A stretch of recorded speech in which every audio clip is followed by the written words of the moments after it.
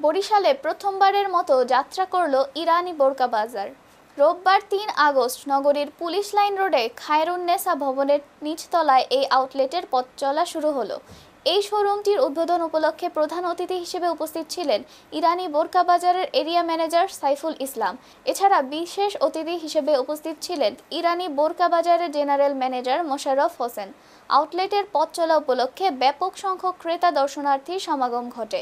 উদ্বোধনের দিনে বোরকা, হিজাব ও খিমার।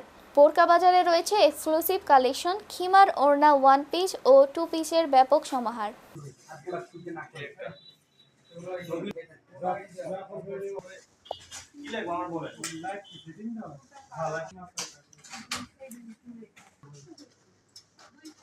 আমাদের ইরানি বোরকা বাজারের ব্র্যান্ড এখানে বোরকা, হিজাব, ওয়ান পিস, টু পিস, তারপর হিজাব, বিভিন্ন কালেকশন এখানে আছে। এখানে আমাদের আগে থেকেই আমাদের বিভিন্ন ঢাকাতে শোরুমে বরিশালের কাস্টমার আছে, তাদের আগ্রহ ছিল যে আপনারা বরিশালে চলে আসেন।